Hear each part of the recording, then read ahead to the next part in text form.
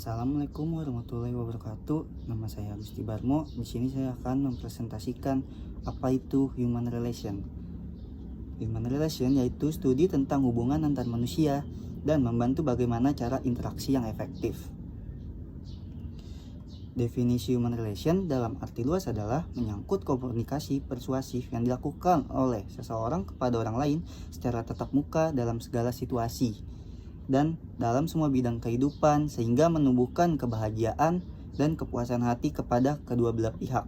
Dalam arti sempitnya adalah komunikasi persuasif yang dilakukan seseorang kepada orang lain secara tatap muka dalam situasi kerja atau work situation dan dalam organisasi kekaryaan atau work organization dengan tujuan mengunggah kegairahan dan motivasi serta dengan semangat kerja yang sama produktif dengan perasaan bahagia dan puas hati. Komunikasi dalam human relation bertujuan untuk mempererat rasa persaudaraan dan mendapatkan suatu kepuasan dari apa yang telah mereka kerjakan. Human relation juga sangat diperlukan dalam lingkungan kerja, mulai dari tingkat top manajemen sampai pada tenaga pelaksananya. Fungsi komunikasi dalam human relation. Yang pertama, untuk meningkatkan gairah kerja suatu organisasi. Yang kedua, untuk meningkatkan hubungan kerja serta kerjasama di antara teman kerja. Yang ketiga, untuk mengurangi aspek-aspek negatif dari timbulnya konflik maupun frustasi. Yang keempat, untuk dapat mengetahui sedini mungkin kemelut-melut di dalam organisasi, terutama yang menyangkut kepada hubungan kerja yang harmonis. Yang kelima, untuk mengetahui sejauh mana faktor psikologis, manajemen, sosiologis. Komunikasi efektif dapat dikatakan apabila memenuhi 3 hal. Yang pertama, pesan yang diterima dan dimengerti serta dipahami sebagaimana yang dimaksud oleh pengirimnya. Yang kedua, pesan yang disampaikan oleh pengirim pendapat disetujui oleh penerima dan ditindaklanjuti dengan perbuatan yang diminati oleh pengirim. Yang ketiga, tidak ada hambatan yang berarti untuk melakukan apa yang seharusnya dilakukan untuk menindaklanjuti pesan yang dikirim. Komunikasi formal. Saluran komunikasi berfungsi dengan standar bagi semua laporan yang datang dari berbagai sumber agar dapat diperiksa kebenarannya. Sumber pesan dapat dikenali dan tentunya dapat dipercaya, sehingga dapat dijelaskan.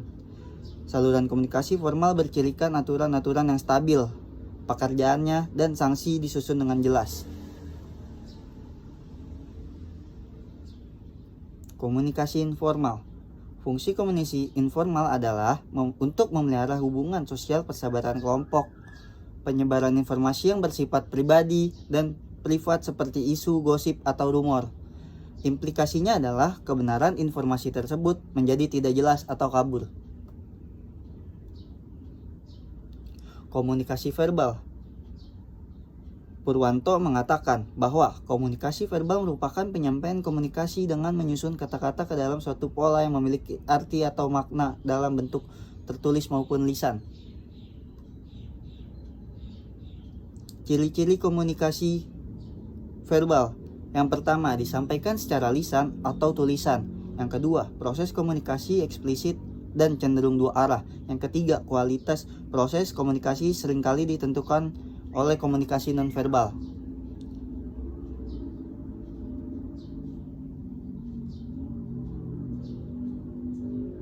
Tipe-tipe komunikasi nonverbal. Yang pertama ada kinetik, haptik, penampilan fisik, artefak.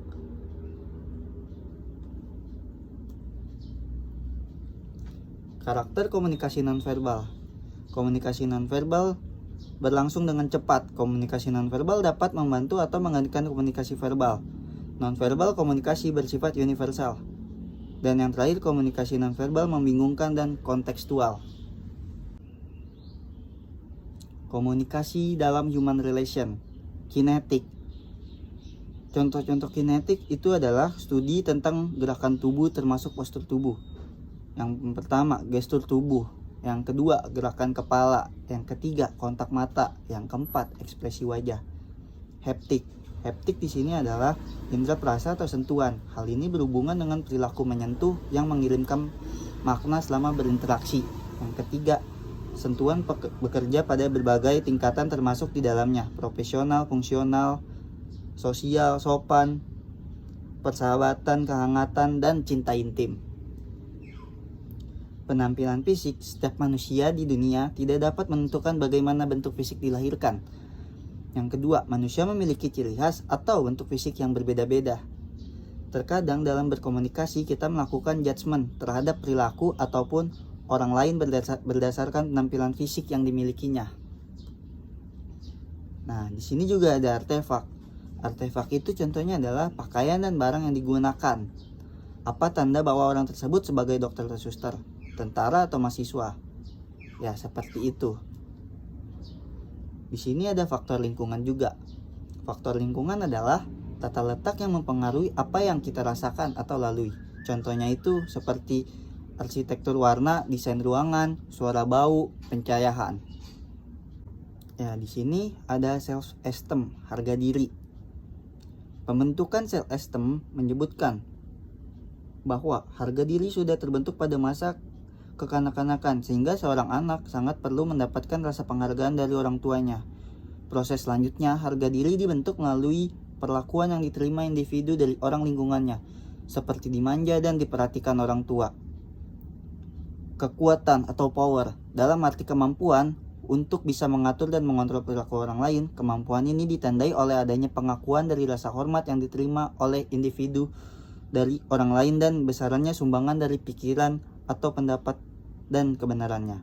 Keberhasilan ini diukur oleh kemampuan untuk mempengaruhi aksinya dengan mengontrol perilaku sendiri dan mempengaruhi orang lain. Pada situasi tertentu, power tersebut muncul melalui pengakuan dan penghargaan yang diterima oleh individu dari orang lain dan melalui kualitas penilaian terhadap pendapat-pendapat dan hak-haknya. Keberartian atau significance. Adanya pedulian, perhatian, dan kasih sayang yang diterima oleh individu orang lain. Keberartian ini ditandai dengan kehangatan, responsif, minat, dan menyukai individu apa adanya atau keberartian diri. Keberartian diri juga menyangkut seberapa besar individu percaya bahwa dirinya mampu, berarti dan berharga menurut standar dan nilai pribadi.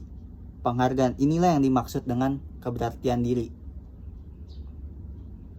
Keberhasilan individu atau kompetensi. Keberhasilan dalam arti sukses dan mampu memenuhi tuntutan profesi ditandai oleh keberhasilan individu dalam mengerjakan bermacam-macam tugas atau pekerjaan dengan baik dan bervariasi untuk tiap level dan kelompok tertentu. Apabila individu mengalami kegagalan, maka harga dirinya akan menjadi rendah. Begitu juga sebaliknya, apalagi performansi seseorang sesuai dengan tuntutan dan harapan, maka ia akan memiliki harga diri yang tinggi.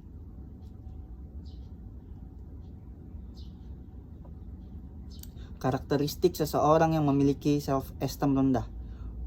Yang pertama adalah orang yang memiliki self-esteem rendah cenderung merasa bahwa dirinya tidak mampu dan tidak berharga. Yang kedua, tidak berani mencari tantangan-tantangan baru dalam hidupnya. Yang ketiga, lebih senang menghadapi hal-hal yang sudah dikenal dengan baik serta menyenangi hal-hal yang tidak penuh dengan tuntutan. Akibat memiliki self-esteem rendah adalah yang pertama, mudah merasa cemas, stres, merasa kesepian, dan mudah terjangkit depresi. Yang kedua, dapat menyebabkan masalah dengan teman baik dan sosial. Yang ketiga adalah dapat merusak secara serius akademik dan penampilan kerja. Faktor-faktor yang mempengaruhi self-esteem adalah yang pertama, faktor jenis kelamin. Yang kedua, inteligensi. Yang ketiga, kondisi fisik. Yang keempat, lingkungan keluarga. Yang kelima, lingkungan sosial. Dan selanjutnya ada personal value, influence, ethical choice. Karakter, integritas, dan moral. Karakter adalah sifat batin yang mengaruhi segenap pikiran, perilaku, budi pekerti, dan tabiat yang dimiliki manusia atau makhluk hidup lainnya. Karakter yang berkualitas adalah sebuah respon yang sudah teruji berkali-kali dan telah berbuahkan kemenangan. Seseorang yang berkali-kali melewati kesulitan dengan kemenangan akan memiliki kualitas yang baik. 3 faktor yang sangat penting dalam proses pembentukan karakter. Yang pertama adalah pendidikan, yang kedua keluarga, yang ketiga lingkungan. Proses pembentukan karakter. Pertama ada pengenalan. Pengenalan adalah Seseorang pada masa awal kanak-kanak dikenalkan pada hal-hal positif yang ada pada keluarga dan sekitar lingkungan. Yang kedua ada pemahaman.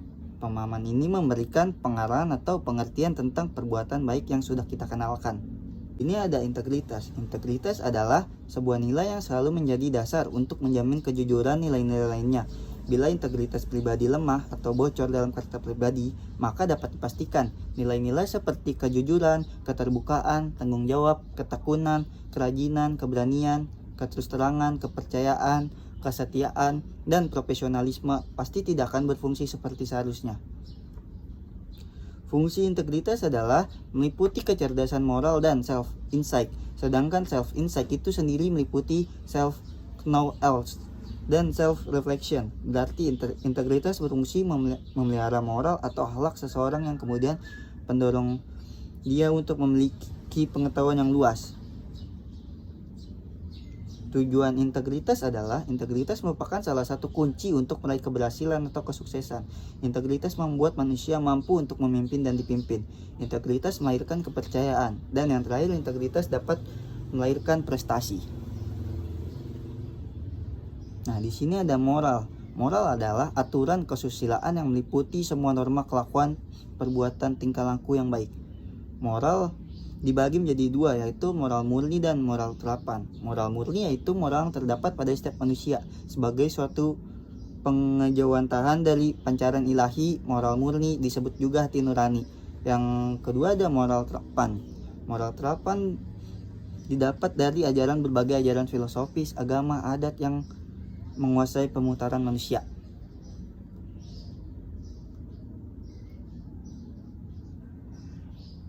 Faktor-faktor yang mempengaruhi moralitas. Yang pertama ada modeling, yang kedua ada situasional, yang ketiga ada lingkungan, yang keempat ada diri. Pembentukan nilai pribadi. Kepribadian merupakan integrasi dari keseluruhan kecenderungan seseorang untuk berperasaan, berkehendak, berpikir, bersikap, dan berbuat sesuai dengan pola perilaku tertentu. Nah, di sini kita ada etika. Etika menurut KBBI adalah ilmu tentang apa yang baik dan apa yang buruk, serta tentang hak dan kewajiban moral atau akhlak. Menurut Magni Suseno, etika adalah sebuah ilmu dan bukan sebuah ajaran yang memberi kita norma tentang bagaimana kita harus hidup adalah moralitas. Unsur-unsur pokok dalam etika. Yang pertama ada kebebasan, yang kedua ada tanggung jawab, yang ketiga ada hati nurani.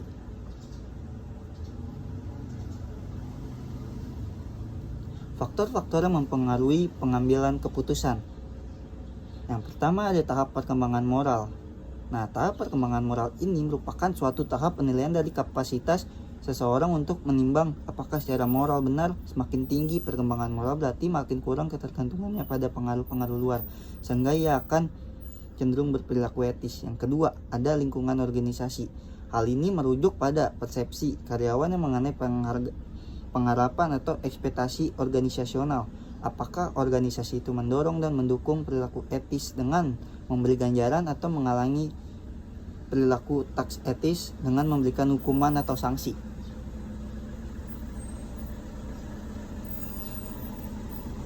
Langkah-langkah pengambilan keputusan yang etis. Yang pertama ada menentukan fakta. Yang kedua mengidentifikasi para pemegang kepentingan dan mempertimbangkan situasi dan sudut pandang mereka. Yang ketiga mempertimbangkan alternatif-alternatif yang tersedia, juga disebut dengan imajinasi moral.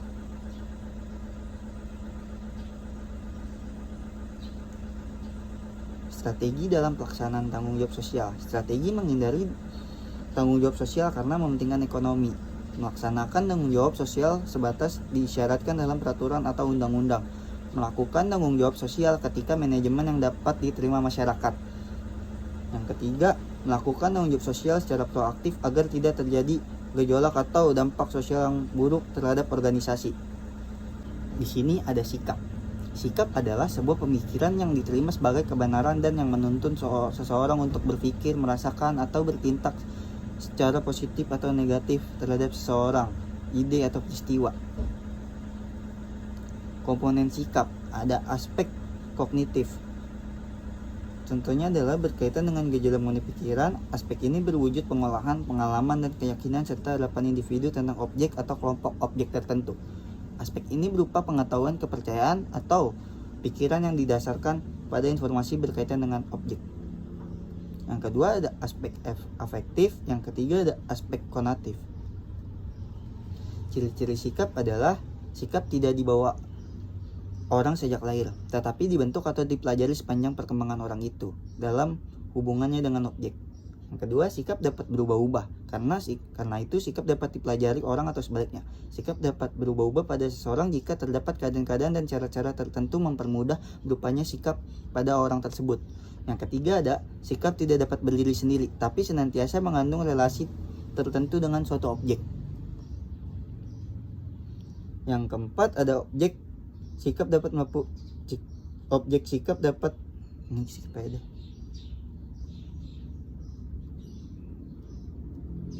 Di sini ada fungsi sikap. Yang pertama adalah fungsi penyesuaian diri, yang kedua fungsi pertahanan ego, yang ketiga fungsi ekspresi nilai, yang keempat fungsi pengetahuan.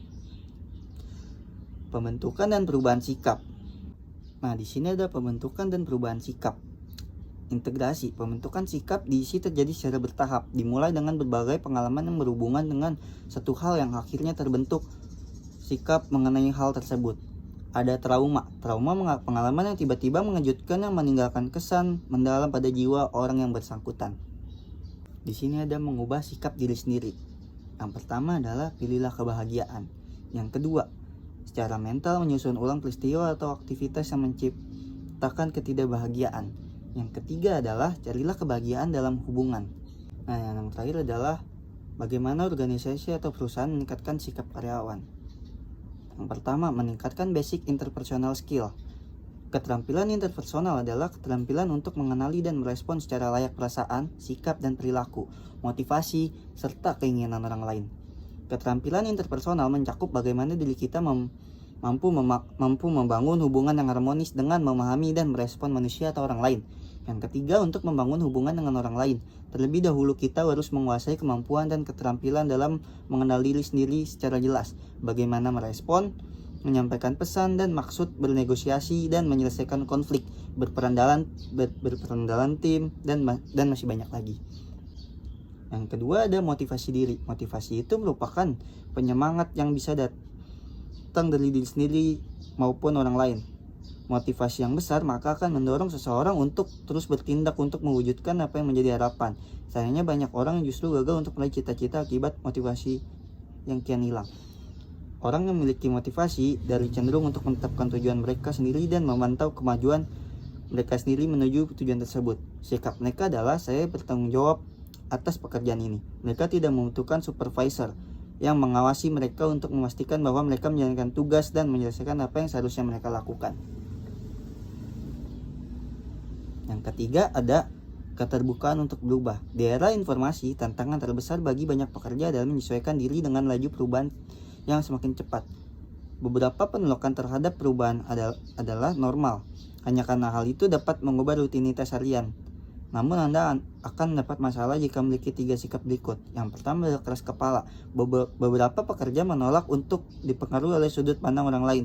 Mereka juga mencari-cari alasan dalam setiap perubahan baru. Yang kedua, arogansi. Karyawan yang menolak nasihat atau yang memberi kesan bahwa mereka tidak ingin pelatihan ulang atau bentuk bantuan lain mengirimkan pesan yang salah kepada pemberi kerja mereka. Yang ketiga, tidak fleksibel. Menampilkan pikiran tertutup terhadap ide dan praktik baru hanya dapat merusak peluang kemajuan karir Anda. Ya, sekian dari saya untuk penjelasan human relation kali ini. Makasih.